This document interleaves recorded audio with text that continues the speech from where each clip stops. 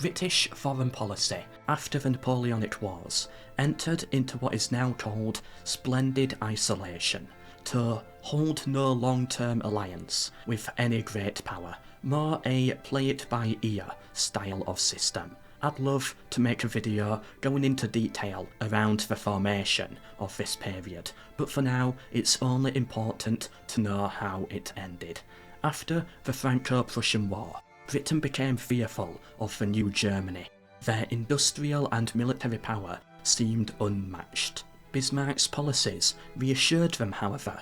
The two were after the same thing, the balance of power in Europe. The reassurance fell apart, however, in 1890. Bismarck was dismissed by Kaiser Wilhelm II, and so the continent entered into a period of uncertainty. In addition, for Britain, tensions were high.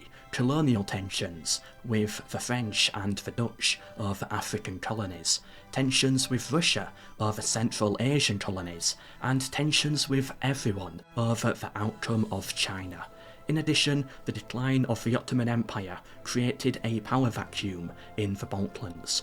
Times were changing, and for stability and the maintenance of peace, Britain needed more stable allies. Their first attempt was actually with Germany. The Triple Alliance could have become the Quadruple Alliance, made up of 4 members. In 1891, Germany attempted to bring Britain into the agreement, yet failed. Although, interestingly, many Russian politicians and diplomats believed it to have been successful in some secret treaty, which certainly worried Russian officials. Were the Russians crazy to expect such a thing? Not really. Germany and Britain had just signed the Heligoland-Zanzibar Treaty, a small agreement settling some colonial disputes. This deal was followed by the Kaiser visiting London, and then followed by the Morning Post trumpeting to the world that Britain had joined the Triple Alliance. The Standard, a newspaper from the time, had this to say on the 11th of July 1891. Germany and Britain were friends and allies of ancient standing, and that peace would be secured in Europe by the union of England's naval strength with the military strength of Germany. Russia already saw Britain as a rival in the east. For them to ally with Germany and Austria-Hungary in the west would be certainly something to be wary of. Bismarck was a big supporter of this idea, but once Bismarck lost his office, all negotiations from Germany ceased. Britain's last attempt here took place in 1901. The Marquis of Lansdowne produced a draft of an idea for an alliance with Germany that, under certain conditions, would bind Britain and Germany into a war against Russia in support of Japan. Germany backed down, however, believing that Britain's part in such a war would be naval, and it would be the German troops on land who would have done most of the work, and so it did not go anywhere, but shows to us exactly where Britain stood at the time when it came to their opinion on Russia. In 1902, they tried with Japan and successfully agreed to the Anglo-Japanese Alliance. If either member was attacked by a third party, the other member must remain neutral. But if attacked by 2 or more opponents, then the other must come to their aid. A naval ally on the other side of the world would allow Britain, in the event of a major war, to focus more on the Atlantic and Indian Oceans, which were more vital to them. With Japan either on their side or neutral, this should protect their territories in the Pacific, preventing any feeling of overextension. In addition, during the Sino-Japanese War, 200,000 Japanese troops had been able to mobilise into Manchuria. If Russia wished to attack India, they would also have to spread their troops further east to prepare for a Japanese invasion of 200,000. What followed was the Entente Cordiale with France in 1904 and the Anglo-Russian Convention of 1907. Formally, they were not allies, but they settled many disagreements and promised more cooperation in future. Although worried about Germany, Britain's interest in these two powers were more about securing their own trade networks, rather than to beat down Germany. If war with Germany was the intention, then these agreements would be full alliances. But they weren't. Britain was powerful, but this power had a clear weak spot. It relied too heavily on trade routes to and from India. That's why they owned Gibraltar, Malta, Cyprus, the Suez Canal, southern Arabia. They were secure docking points for merchant ships and naval bases to keep the routes secure. Growing friendly agreements with France, Russia and Italy also gave the British peace of mind when it came to these networks in the Mediterranean. Although, this being said, secret talks were established between France and Britain in 1911 after the Agadir crisis. The agreement goes as follows. Within 2 weeks of war against Germany, British expeditionary forces would land in France, a sum of 100,000 men in total. Meanwhile, the Royal Navy would defend France and Britain in the North Sea and surrounding areas, whilst the French Navy protected both powers' interests in the Mediterranean. This was kept very secret, however, but so secret that only a selection of top government and military officials were aware of such an agreement. Many key figures in British politics were excluded from the agreement. Apparently, those who did attend were enthusiastically planning for war. In 1905, General Grierson, British Director of Military Operations, inspected the Franco-Belgian borderlands, so they knew how best to deploy their expeditionary force, and plans were drawn up for a naval attack on Germany if war was to break out, such as a naval landing of the expeditionary force in Schleswig-Holstein. In addition, in 1905, the British Foreign Secretary told the French that they believe the Germans planned to establish a German port in Morocco and stated that they will back up France with naval bombardments onto German ports. The French, by the way, knew nothing of these German plans to establish a port in Morocco. Bethmann Hollweg afterwards would remark to the German ambassador in a letter that Britain seems to have been ready to strike any day. The Austro-Hungarian foreign minister would come to a similar conclusion, stating that the British government were more than willing to use the Moroccan crisis as a justification for a major war with Germany. I now want to discuss the naval arms race and the mass production of German dreadnoughts meant to rival Britain. The naval arms race is not as big of an event as many are taught in schools. The Germans lost, miserably, and the British never seriously considered it an arms race at the time, but rather just a continuation of their own ongoing policy. This graph here of dreadnought production has been overhyped. As you can see on this graph, it does look like an epic, desperate race, but these dreadnoughts were new. Whenever there is a new military technology, it is mass-produced to replace the old as quick as possible. As we can see by British naval spending, during the years leading to war, the graph barely moves. This is not a fear of a new German military, this is them acting normally. Although the Germans did build a lot of dreadnoughts, they failed on many of their quotas, and in the production of other ships, they fell drastically behind. Big dreadnought ships for the Germans were about propaganda and spreading the dream of Weltpolitik. A real, thought-out, balanced, hyper-developed navy would be an arms race, but their focus clearly was on having a lot of big ships instead. Why? Because they can put on a better show for the people back home with dreadnoughts. The British rise in production was just to be able to compete with the world and protect their own territories. It was not specifically anti-German, nor was it any drastic move over fears of Germany. Many citizens in Britain, however, were worried about Germany. As you can see by these graphs I made, Germany was industrialising.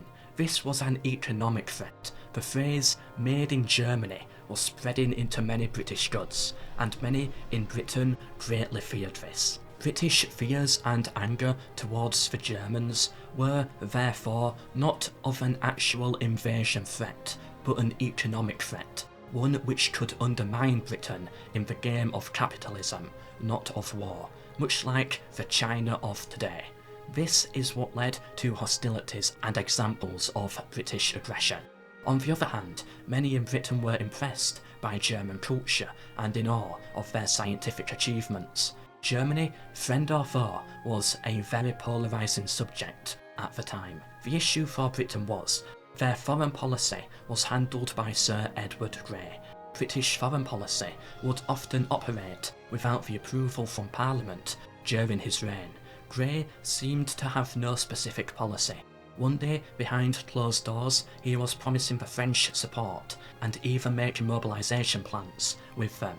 The next, he was making it abundantly clear in public Britain was not bound to come to France's aid, although Lichnowsky, German ambassador to Britain, described Grey's geopolitical position as trying to prevent France from being crushed by Germany, and that Britain would go to war anyway, with or without a Belgian invasion, simply due to a moral obligation to France, which many other historians believe. However, Grey's policy was to take the side of whoever was listening. That way, Britain's options were always open, and they could operate based off how things play out, making the nation free and independent to act on its own behalf at all times, whilst maintaining the peace of mind of knowing that France and Russia would not attack. This all being said, Britain's entry into the war dates back to a scrap of paper, as the German propaganda machine called it, signed in 1839, the Treaty of London. The United Kingdom of the Netherlands was Protestant. Within their territory existed the French-speaking Catholics, who rose up and formed the Kingdom of Belgium in 1830. After several years of war, an agreement was signed that accepted Belgian neutrality from the Netherlands. This was also guaranteed by the Great Powers. However, for the Schlieffen Plan to work, Germany had to invade France quick and through Belgium. Given that Grey had repeatedly said in public that Britain will not come to France's aid and that they did not see the Treaty of London as being anything serious, Germany was confident Britain would remain neutral. However, the declaration of war on Belgium was seen as so outrageous to the British that it united the country against Germany. The liberals who were preaching for peace and neutrality suddenly turned in favour of war, and all propaganda viewed the war as a defence of Belgium. Britain used this as their pretext, and so declared war on Germany on the 4th of August. From what I have seen of the evidence, even if Germany did not push through Belgium, Britain would ultimately have joined anyway, arguing in defence of France, but with just less support back home. Fun fact, the British did believe the Germans would cross through Belgium into France, yet they only really expected them to invade through the southern border of Belgium, not the entire country. This small pocket of land, many British politicians in the planning room believed justifiable, and so would not go to war based off that premise. With all that said and done, it's time now to analyse British war aims through a thought experiment. Let's say that France was crumbling, Paris was about to be taken. Could the Schlieffen Plan have worked after all? The British arrive, surround the Germans, and then halt the advance. The army then turns its attention to the north, where they liberate Belgium and enter into the Rhineland, followed by a successful invasion of Schleswig-Holstein. To finish Germany off, a massive blockade freezes all global trade for Germany. Meanwhile, a force sails from British colonial holdings through the Mediterranean into Austro-Hungarian territory, where the same domination takes place. With the Ottomans in the war too, Britain likewise has similar success. The war is over by Christmas and Britain holds the primary, undisputed seat of victory at the war table. What will they push for? Of course, this is ridiculous. but to visualise British war aims in 1914, we need this thought experiment. Let's start with the Ottomans, as due to the Constantinople Agreement, we can see exactly what all the main powers wanted out of this. Britain would have most likely taken more from this power than any other, with the fall of the Ottomans meant that now the buffer between Britain and Russia on the Middle Eastern front would have been non-existent. Therefore Britain would have to make sure that they at least got a large chunk out of the pie to make up for the loss of the Ottoman buffer state. They would certainly take a land route to India and expand their zone of influence over the Middle East. The agreement states that Russia would have been granted Constantinople, but this was signed in 1915, and to be honest, in an ideal world where Britain held the largest seat, I cannot imagine them handing over such easy access to the Mediterranean like this to Russia. Instead, I imagine them pleasing Russia with more concessions to the north and against the other Central Powers, and instead perhaps taking the region of Constantinople for themselves, or at least creating their own puppet state in the region, which would work to their benefit. France was meant to gain these regions. However, in our timeline, the British did attempt to exclude the French out of the Ottoman peace talks entirely, so it seems at least Britain's war aims were to take these territories for themselves. Britain may likely have forced many enemy powers to have become constitutional monarchies, believing this would be best for healing relations in future. It just so happens that, given the internal turmoil, this system of governance may have worked well for the three major Central Powers involved. For this reason, I believe Turkey would certainly still exist in this timeline, alongside an Austro-Hungarian Empire.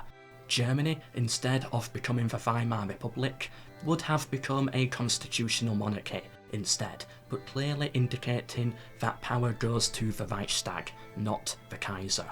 Britain's primary goal, however, was about maintaining the balance of power, and without the heavy losses in World War I and 4 years of brutal trench warfare, this could have been much easier to create, as relations would have been more laxed. This is why I still imagine Britain wanting to keep Austria-Hungary and Germany relatively strong, to hold back the nation that they really feared, which was Russia. Therefore, only minor concessions, most likely, would have occurred. Finally, German African colonies would have been surrendered to Britain, and many of the Asian islands to Japan. But the Chinese ports to Britain to increase their share of power there. Germany would have relinquished their claim and handed back Alsace-Lorraine to France, maybe even having to hand back Schleswig-Holstein to the Danish. I doubt we would have seen much more territorial concessions, however, for Germany, as they needed Germany still strong to hold back Russia. For this same reason, reparations would likely have also been pretty acceptable, mostly covering the cost to rebuild Belgium. Theory A. I see in such a scenario Britain creating borders and relations in Europe, similar to that of the Cold War, where Britain would instead ally Germany to counterweigh Russia and turn Germany into Britain's ally on land, who will be seen as the potential cannon fodder on the European theatre of war if Britain's relations with Russia ever took a turn for the worst. Theory B, Britain, feeling secure once more, may have returned to where this video started, back into their splendid isolation, profiting and waiting until, once again, the balance of power forces them back into global diplomatic action. Anyway, hope you enjoyed and learnt something. Leave a like if you did, subscribe for more, and please share with anyone you think may be interested.